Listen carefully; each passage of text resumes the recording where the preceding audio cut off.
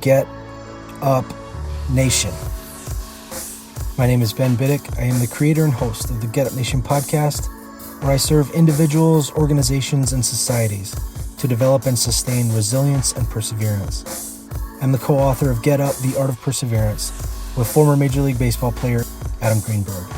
The Get Up Nation podcast is brought to you in partnership with GotYourSixCoffee.com, where Navy veteran Eric Hadley is committed to serving first responders, veterans, and their families through a variety of nonprofit organizations.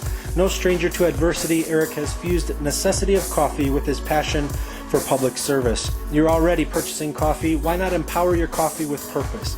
Why not purchase coffee that not only has your six, but also has the backs of those who don a uniform of service for our communities and great country? Learn more about Eric and his freshly roasted, award-winning coffee at GotYourSixCoffee.com. Recently, I had the honor and privilege of speaking with Steve and Korey Hess. This epic father and son took some time out to join me on the Get Up Nation show to share their insights into resilience. After 21 years with the Denver Nuggets, Steve is now one of the 6 trainers worldwide who sits on the Under Armour's training council. He's a sponsored athlete by MedRx. He's on the scientific advisory board for Massimo Maisat, in addition to sitting on the scientific facility board for Panorama Orthopedics and Spine Center. He's been featured on NBA Inside Stuff, All Access with Ahmad Rashad, NBA TV, The Eating Network. He has his own workout segment on Altitude Sports and Entertainment Network and has been featured on all Denver major news channels. Steve has 2 sons, one of which joins us here today. Korey is a guard for the Denver Pioneers and is studying business at the University of Denver. Healthy families face challenges together, so I'm honored that both of you have joined me here to share how you both inspire each other to be the very best you can be. Welcome to Get Up Nation. Yo, thanks, Ben. Don't stop. Keep going, man. I'm loving this. I've been looking forward to talking with both of you and kind of getting your insights into things. And it's unique having such an amazing father and son be on the show here together to kind of play off each other. First, I'll start, Steve, with you. You're revolutionizing the exercise industry. Correct me if this isn't accurate, but you believe that empowering individuals operating at the top of their fields, working together with one ultimate goal in mind, can bring out the best in all of them by creating performance profiles, organizing teams of specialists to determine treatments and programs. You're doing phenomenal things like determining the actual age of muscle, assessing risk, and then deploying plans and tactics that create the optimum set of workouts, treatments, and programs. Tell us a little bit about Panorama Wellness and Sports Institute. So pretty much, again, that's a great hype. We have created an amazing team that has one single objective: to get people better. So in the realm of the exercise world, I've been so blessed to be among it for 35 years. And I've seen the ups and downs. I'm incredibly excited about where it's going. I think we have an amazing young group of individuals who are just capable, wanting to learn. The one issue I do have is a lot of times I think we go to the side of the industry which glamorizes not necessary truths.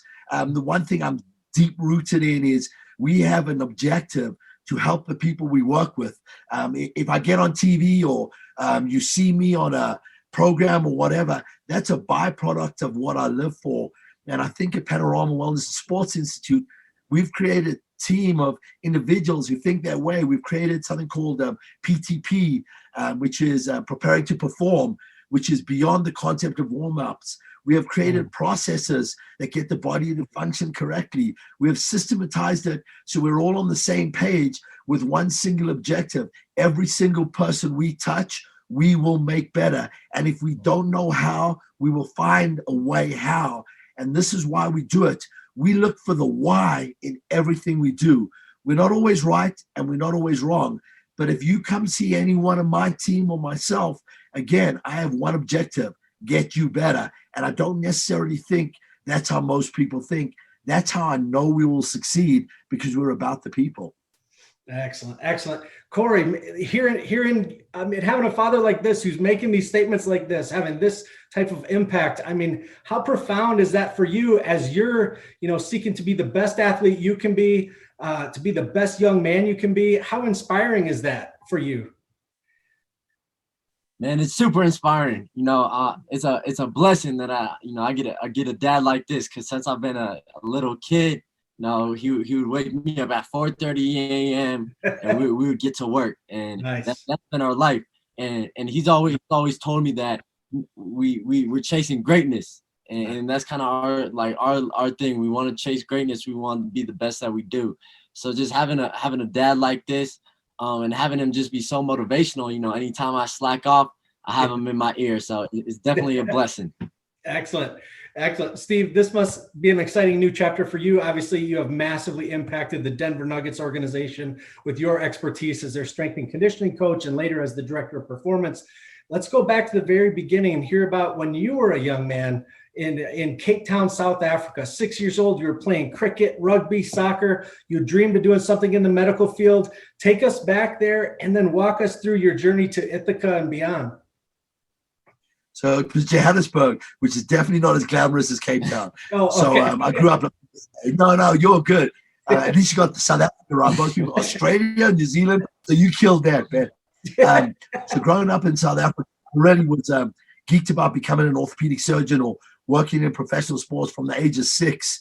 And then it kind of, as I got older, like I wanted to go to one country to live, and that was America. And I really wanted to work with professional athletes. It wasn't even a dream, it was a calling. So I finished my I finished high school in South Africa, and I got a university pass. I don't know how I got a university pass because I was a slacker. All I did was play sports. So when that came about, I applied to 22 universities. I got into one on a conditional acceptance, and they were like, you had to maintain a 3.6 GPA. Yeah, I'm like, hell, I'm doing that. Because when I went to live in London with my dad, he said, you got 2 options, my dude.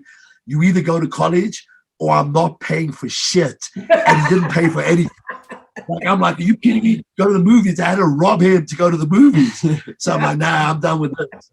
So I wanted to get a degree in exercise science. Ithaca College accepted me, spent my first semester at the London campus, transferred to Ithaca, New York from Cape Town. I was on vacation in the middle of winter. Never even visited the campus. I walked onto the campus and I'm like, I'm going to die. This is a wall.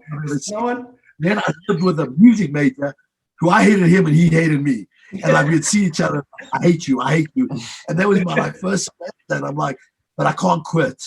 So I just sucked it up. Only 8,000 kids.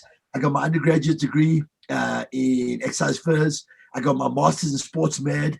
I did my master's thesis on bone mineral density in female trainers, and then I'll transfer. When you finish your undergraduate degree as a foreign student, you can work in the States for 1 year.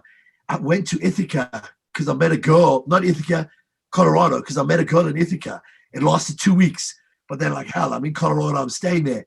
Worked at the gym. 20 years later, I'd own. That's where I met my wife. She came back to Ithaca with me. She's like, worst mistake I ever made.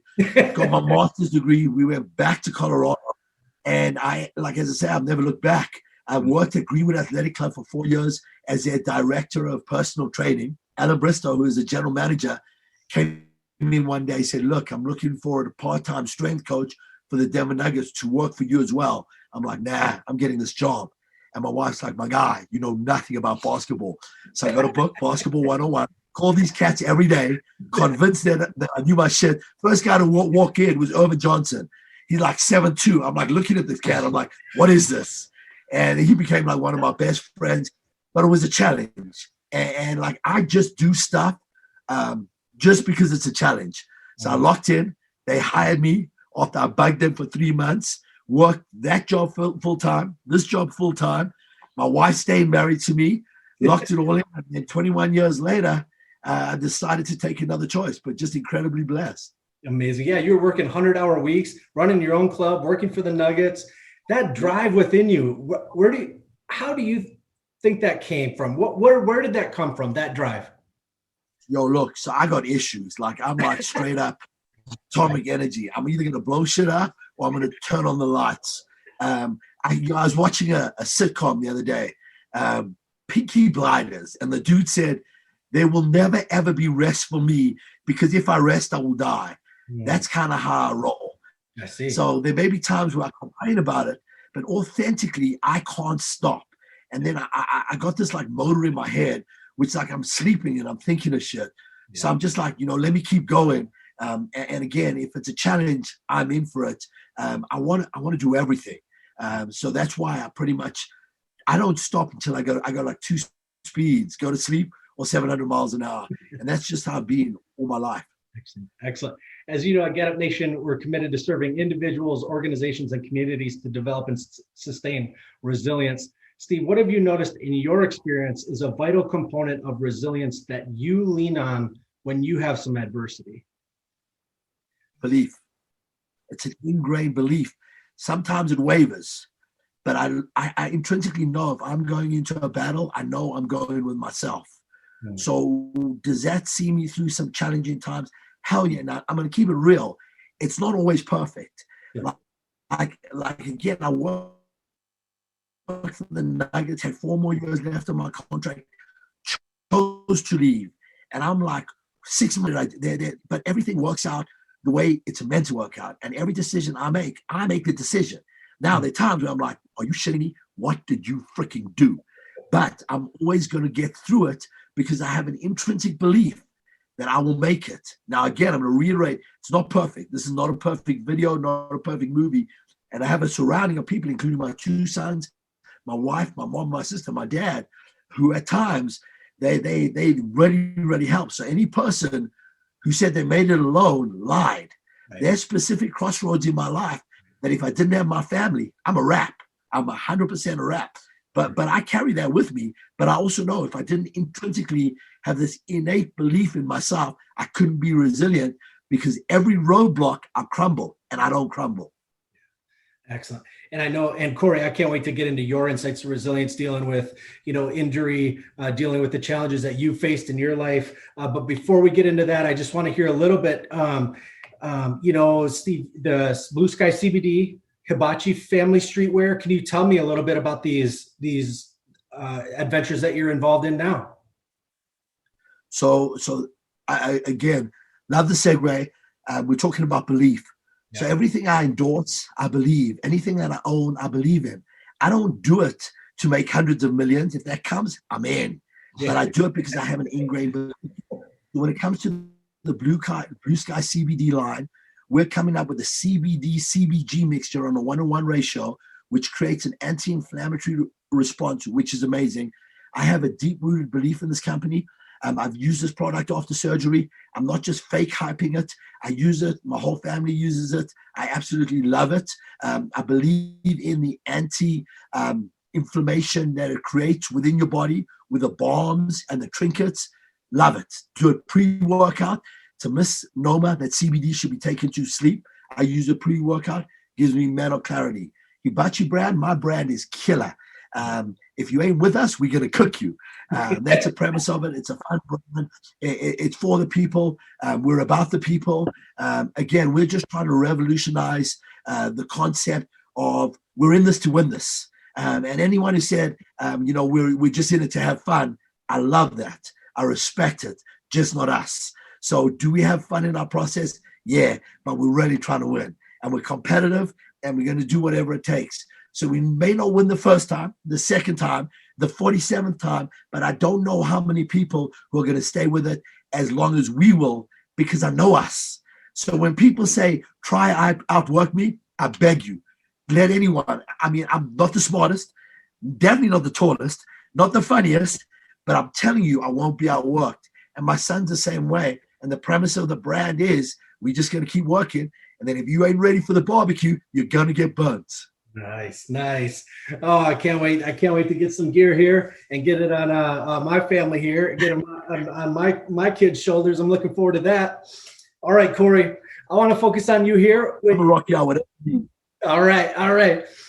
When you're younger and considering all that's out there, all that's available to you, what led you to choose basketball and to study business? Basketball, I was just around it my whole life, since like 2 years old. My dad had a ball in my hand. And then I would go, I was at the Pepsi Center. I was with the Nuggets probably more than I was at school, through elementary school, middle school.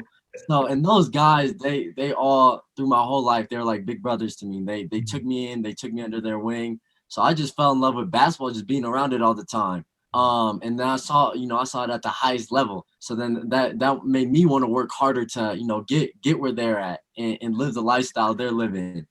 So my love from basketball just came from just being around it, and just falling in love with the game, and then all the connections and friends and brothers I made growing up off it, just because of the situation I was in. And business, man, I love just business because it's competitive. I feel like business is very competitive, sometimes with yourself, sometimes with others, and it's all about just trying to grow, and just make the most money, or be the best businessman you can be. And I feel like basketball is a very competitive sport against other people, but I feel like the business aspect, you got to sit back, you got to look at numbers, and you got to push yourself to be the best businessman you can be. So it's a little more competitive. So get the best of both worlds. Yeah, nice. So your father, he possesses a profound understanding of how the body works and how to get the best performance out of it. Yeah. As you grew and developed, what were some of the ways that your father helped you understand how you can access the best within your body? He had me probably when I was in elementary school, warming up before every game when the kids would just go out and start playing basketball. I would get so mad. Dad, do I really need to stretch? Yeah. No, but I was lucky. He always made sure, no matter how hard the training would get. Right now, being a D1 athlete, or through high school, or even before that, always make sure, no matter how hard the training get, that the body is your temple. So you have to take care of the body. So you can play, you can do what you love. So just having that, and then just having his training, having it done the right way my entire life. Not one thing he forced, but everything he knew so well that I was like, I'll do what you say. Tell me what to do. I know my body's in great hands. I know you'll make me the best athlete that I can be. Wow. So it's just like I said, it's the best of all worlds in that situation. Amazing. I love seeing the videos on social. Korey, you're out there working out in the snow. The father's out there, investing in you constantly to seek, to improve, to grow, to build, to succeed. How are you locking into your passions? Like your father, he's working 100-hour weeks. He's getting involved in the Nuggets. He's running his own club. Your drive, how are you, how is your passion unfolding in your life as a young man? With me, I get my competitiveness from my dad, and I just want to be the great at whatever I do. I just want to be the best. If that's, playing basketball, I want to be the best at it. I want to dominate anyone in front of me. If I want to be the best at school, I'm going to sit down and do homework for hours on end. If I want to be the best friend, or whatever it is, whatever I do, I want to be the best in. And, growing up, we always said how you do one thing is how you do everything. So I really believe if I don't give my 100%, give my all in everything I do, or one thing I do, then everything can unfold that way. So really, I just know that I have this competitiveness in myself, that I just want to be great at whatever I do. If that causes me to get 2 hours of sleep, or having this man yell at me, or run in the snow, I'll do it. I just want to be the best. That's great. So when things get hard, when things get difficult, when you get bad news, when the score is not the score that you want, and you're digging deep to try to deal with, what is this challenge in front of me? How does your mind work in that space where you took that kick in the teeth, and right when you're feeling that pain, where does your mind go? What do you do at that moment? Right. A lot like my dad, it's a big belief for me. It's always believing in yourself. Believing in God. If you believe in that, whatever you believe in, is just knowing yourself, knowing everything will be all right. And really never getting too high, never get too low, because it's super easy when stuff is great. You can be on cloud 9. You can be super excited, but then when stuff turns, you have a big dip. I really try to, stay pretty neutral and just take everything that comes to me, and read the situation, then react, and not just respond. So I feel like you're able to do that. You won't ever get too sucked into the dark days or the bad things that happen. That's excellent insight. I love that. And I wanted to ask you too, for some insight into the effects of COVID-19 on young athletes' lives. What are some of the challenges that you and your teammates have faced during this COVID-19 and how you're growing together and growing stronger because of it? And a whole bunch. Before we just started, when we started the basketball season, we probably had a couple weeks together. And we were in cohorts. We were split up.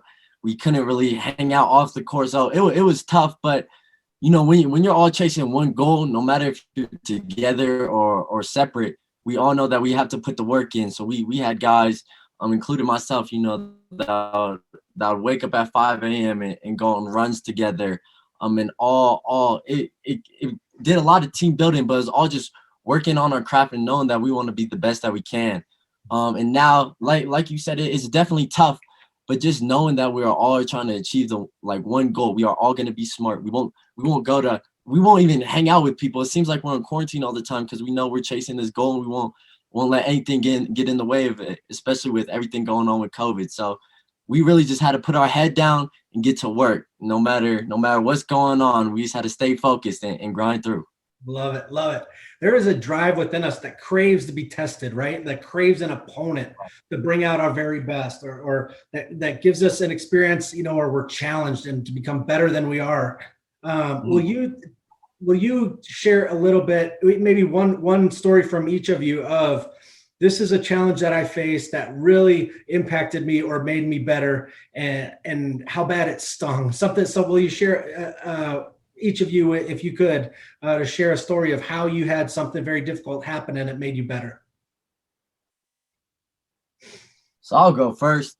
So my junior year of high school, so a couple years ago, I tore my ACL going into my junior year, actually playing club basketball. Where there's 2 minutes left in the game, we're up 30. There's just a dirty foul from a team out of state when I had a wide open layup, and he took me out. I tore my ACL, both my meniscuses, sprained my MCL, completely took out my knee. Wow.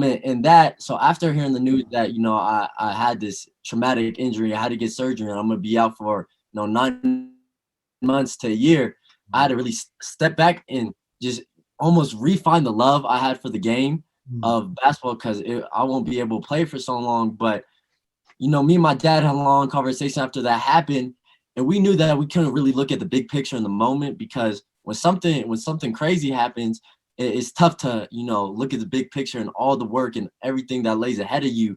You could get lost in it. Yeah. So we were like, all we can do is control what we can control. We're going to go in every day and just try to dominate the day. So that's what we did. We started off, we would wake up like 4 a.m. every day before school, get a workout in. I would go to school. After school, we'd go get a lift in after school, and I'd be hobbling on the crutches. Wow. Then that night we would go back, and I'd be sitting from a chair 5 feet from the basket, just shooting. Wow. And it was just really doing that for almost, we kept getting better, and then I got off crutches, started running and all that. But it was hard work. But the main thing was just keeping your mental locked in. Sure. And we really had to focus on, we can't worry about things we can't control. We can't think long term. Just going every day, go control what you can, just work to get better. Just get 1% better each day, because it's all gonna pay off. So really that, it redefined the love I had for basketball. It made me way more passionate about it, because I didn't have it for a year. Yeah. And then it made me realize more of myself and who I am. And kind of help my, it was tough, but help at the end of the day, it made me more positive and just help my overall attitude and how to look at life. Nice. Amazing. Eve? So here's my thing. I've had my fair share of injuries, and I've probably rehabbed, I think probably 15 pro athletes, 9 ACLs. So you asked me the most traumatic thing I've been through and come through the other end, definitely Korey's injury. It's like, I don't even like discussing it, because like I'm under the hoop when it happens, and I saw it and I knew what happened, and they had to hold me back because I was telling the refs. But anyway, I went over to the other side. I mean, I want to just fight, and then I know what goes in, and then then when you see your kid like lose this shit, so you see your kid losing shit, and you like, yo, I'll take that, and you can't control it.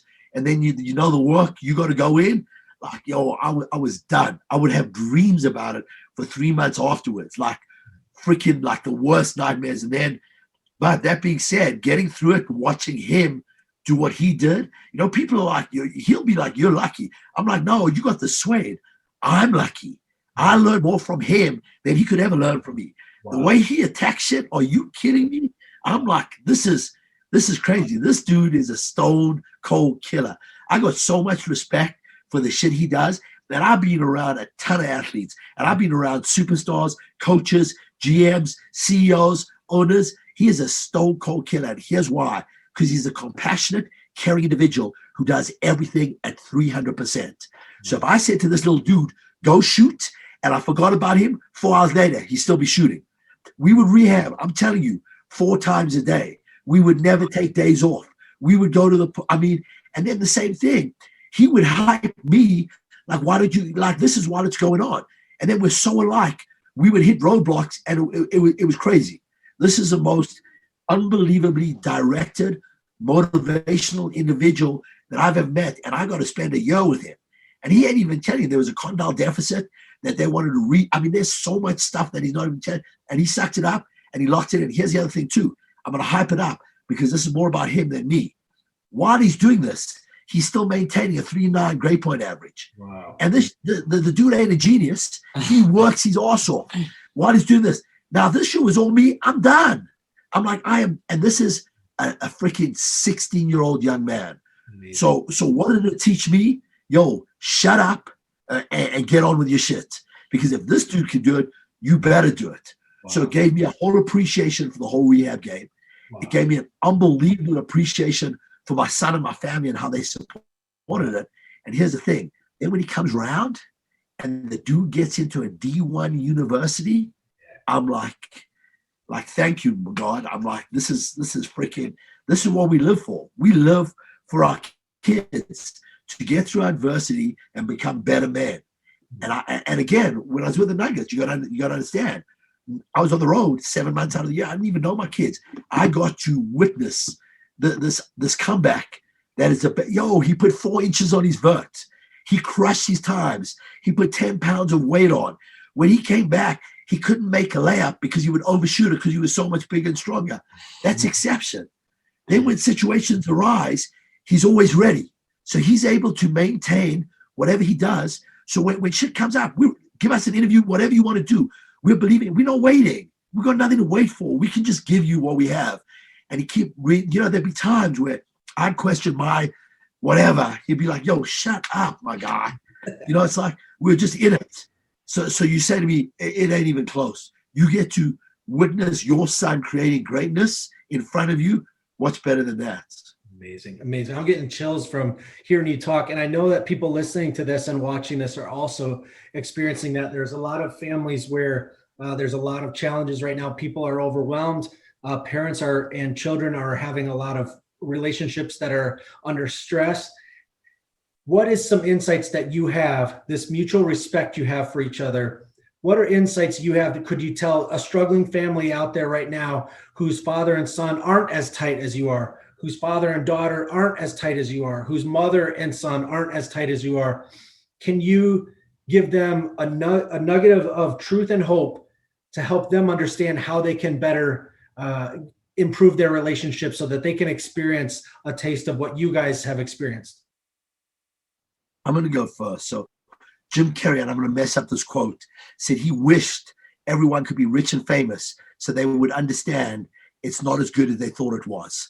So here's what I'm going to tell every struggling parent out there. I can't come from a kid perspective because I'm a parent. I lived my whole life in the NBA, 21 years, from the time I was 25 till I was freaking 40, 47, whatever it is. I missed my kids growing up. The most amazing feelings I've gotten as of late is with my kids and my wife. And I missed all of that. This COVID is disastrous, but you have a time to be in the moment with your kids, in the moment. It'll never, ever happen again. You can't look at the negative that surrounds you. You got to understand your kid is going to leave. When he's 20, it's a wrap. This is the only time with. So as a parent, you got to sacrifice everything to spend as much, play Monopoly, which I hate, with your freaking kids, just to be with them. But what I'm saying to you is you can't lose You can't lose moments of tough situations by thinking, oh, well, it'll get better. You're in the moment. You're with your family. Listen, here's the only shit that matters is your family. That is it. We spend so much time with the people at our funerals, but not enough time with the people carrying my casket. Hell no. I'm rocking with the people carrying my casket. I'm looking at COVID and I'm like, my son and I were able to get up 3 a.m. in the morning, go do our shit. 3 a.m. every morning. We rocked it out. We never stopped. Here's the other thing. We're in a tough situation. Lock into a routine. If your nutrition is good, your hydration is good, you're doing some form of exercise, you feel better about yourself. But if you're not, you've got to find a way to be happy in whatever you do. That is happiness. If you're waiting for a situation to change for you to be happy, you won't be happy. That's right. So people say this whole COVID, oh, when it ends, all of a sudden you'll be happy. You got two choices in life, Right. Good or bad, happy or sad. I don't believe in balance. There's no such thing as steady state. You're either getting better or you're getting worse.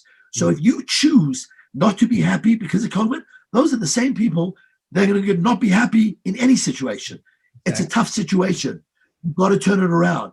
I promise you, the same people that complain to you about COVID, and it sucks, and I freaking hate it, but I will not complain, and I will roll on with life, are the same people that will complain to you about Netflix. The same people that will complain to you about McDonald's, but eat it. The same people that will complain to you about their kid, but it's their kid. So stop complaining, dig deep, and if you're a parent, lead by example. Stop feeling sorry for you. You can't. You don't have the luxury. Still, you don't have the luxury. Now, people may say I'm insensitive. I'm saying, look, you got to do whatever you can. You have to. This is your life. You have to find a way to be happy in any situation. Have to. 100%. Excellent. If we sit around waiting for things to get better, if it's, just like you said, if it's not this, it's that. If it's not that, it's this. And we lose out on the present moment. We don't even live the life we've been given. We miss out on our children. We miss out on the present moment. The things that mean so much. We talk a lot with cancer survivors on the show and people who had their life was this far away from being lost. And the things that they enjoy are little, tiny, beautiful things. Little moments of when the sun comes through the window, the way the breath feels in their lungs after they've been through chemotherapy and radiation. Those people learn to live in that moment, and you guys are living in that moment. You say, I don't care what's out there. I don't care if it's cancer, a basketball opponent, it being the snow that you're jumping through. You don't care what it is. You guys are attacking it. You're getting after it. You're getting up at 3 a.m, and you will share bonds and memories that no one can ever take from you. You will have experienced life and growth that no one can ever take from you, and you'll always be able to have those fond memories of that bonding together. It has been an honor to have you on the show. I always end the show with 6 questions to help my listeners understand the why within my phenomenal guests. If it'll be all right with you, we'll go like back and forth in this for these 6 questions if you're willing to run through these with me. Do you have a little bit more time? 100%. All right. Who are you? Perfect. Who are you thankful for today? I'm thankful for my family. Like he was kind of getting that, blood is way thicker than water. So I'm just thankful for my parents, my brother, and anyone else I call family because they supported me since day one. So I'm of course I'm thankful for my family, but I'm going on a limb. I'm particularly thankful for my wife at this time because she's going through some hard stuff, and she still shows up. So I'm really thankful for my wife. Amazing. Now that we've covered who you're thankful for today, what are you thankful for today? Man, I'm thankful just to wake up every morning, do what I love, be placed in an opportunity where I get great education, I have a great house, a roof over my head, I get food on my plate, and I get to play the sport I love. So I'm just thankful for the situation I'm in. Awesome. I'm incredibly thankful to be able to create impact. I had a day today where 3 people said to me, I had one individual that this individual ran for the first time off the ACL and lost her shit because she's an athlete, just started bawling. And I'm just like, this is why I do what I do. So I'm so incredibly thankful that I can have a percentage in someone's life and can make impact. That's what I'm thankful for today. Love it. How do you fuel the fire within you? Oh man, How do I feel the fire? Just, man. I think really all it is knowing who you are, wanting to get the best out of yourself at anything that you do. And I think like I went about earlier, is just wanting to push yourself to do the best that you can. You fuel my fire today. Korey did. Situations did. Here's how I fuel my fire. I continuously believe I got to keep evolving. I got to be adaptive, creative. If I continually evolve, I will know nothing. Then I got to continually learn. It sucks because you can never be right. You can never be a guru. But if I do that, I'm like I want more. I want more. I want to win everything I do. I want to learn everything I don't know. So I believe this continual search for evolution is what fuels me. Amazing. Amazing. What is one thing adversity taught you to value? My adversity, either like I said, injury, death, all that. I feel like the adversity I've been through really taught me just to enjoy every day, and try to be happy. Like my dad was saying earlier, you never know what situations may arise. So you got to take the best out of everything, even if it's a terrible situation like COVID. You got to almost look at it like as corny as it may sound, glass half full. Because you never know when your last day may be. You never know when your family or your friends. So you want to enjoy life, roll with the punches, and just try to be positive and happy. Love it. So that Korey's answer will be pretty much mine. So I'm not going to repeat it because then he's going to tell me I'm stealing his swag. I stole his tattoo. So I'm not stealing his swag. So I'm going to simplify it. At this point in time, what I've come to understand fully, every tough situation I've gone through, family is the only people I go to. So this has taught me to value family above everything. He has a tattoo that says FOE, family over everyone. I will not get it because then I'm going to never hear the end of it. So I'm not stealing his swag. Family, without a doubt. Excellent. What are you doing today you may have never thought you could? Oh, man. What am I doing today that I have never thought I could?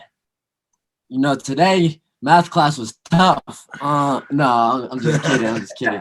No, I think today I'm being able to use my voice on a bigger platform. I feel like that's something a lot of people want to do and almost dream of doing, just being able to use their voice and get on something like as amazing as this, and just share their story and hopefully make an impact on someone else's life, just by your story and what you've been through. So that's it for me.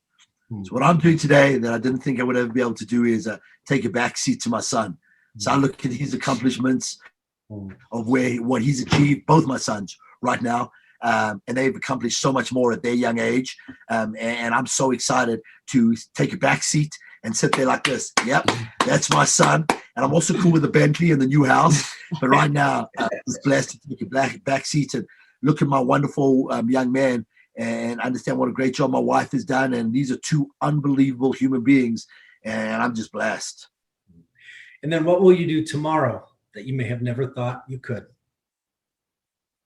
Tomorrow, I think I want to really put everything I do in perspective, from just focusing on everything, like school, sport, and really narrowing everything I do, and taking stuff that I may not like and finding the positive out of it. Because I feel like with me, I do a great job of being happy and looking at the positive big picture in my life. But I really want to narrow down and just go through the day and just know why I'm grateful for certain things. Even like the coffee I'm able to drink in the morning, just going through and realizing everything and everything I have, and just being grateful for that, and just being in the moment, and just really have all my senses be there in the moment with me, and just realizing that. For me, I feel like that's something I've never done. I want to focus on that and do that.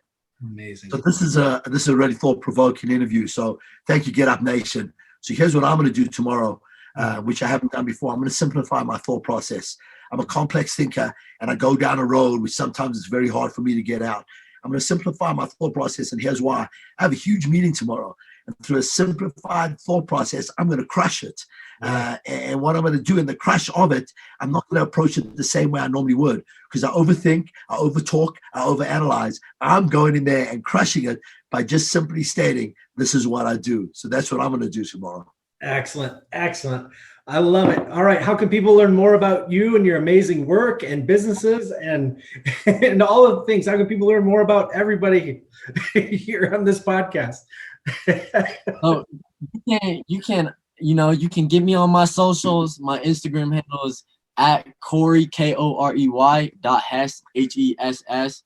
I post a little bit on there, but you can kind of see just my basketball journey, and the things I do. Then you can, go watch our University of Denver games, and watch us get a few dubs here and there before the season ends. So that's where you can find me. Excellent. So what you can do is to find me, just search me on Instagram. I think it's Steve13 Hess, Twitter Steve1Hess, Hibachi Family. That's my brand. We're taking over the whole world. Love Blue Sky. Get 30% off everything you do. But generally, if you look at my Instagram, it's an authentic insight into my life. And people are like, oh my God, you have the greatest life ever. Understand, we glamorize the shit we take, and we still try to get the correct lighting. And so this is not my exact life, but I'm proud of it because it's authentic. Same with Facebook, same with Twitter. Panorama Institute, you can get us on the website. We're amazing. If you're in Denver, come to Highlands Ranch, Plaza Drive, you'll walk in, you'll be like, holy shit, this is the Taj Mahal. Panorama Orthopedic and Spine, best doctors on the planet. I'm blessed. I love that we're on the show. You are awesome. I love my family. It's a good day today. Absolutely. I had a great time. And all those social links and handles will be in the show notes below. Make sure you check them out, follow, subscribe, like what they're doing. They'll make you a better human being if you pay attention. And so thank you, gentlemen, for being on Get Up Nation and for teaching us all how to get up when life knocks us down. I love it. Thank you so much, boss.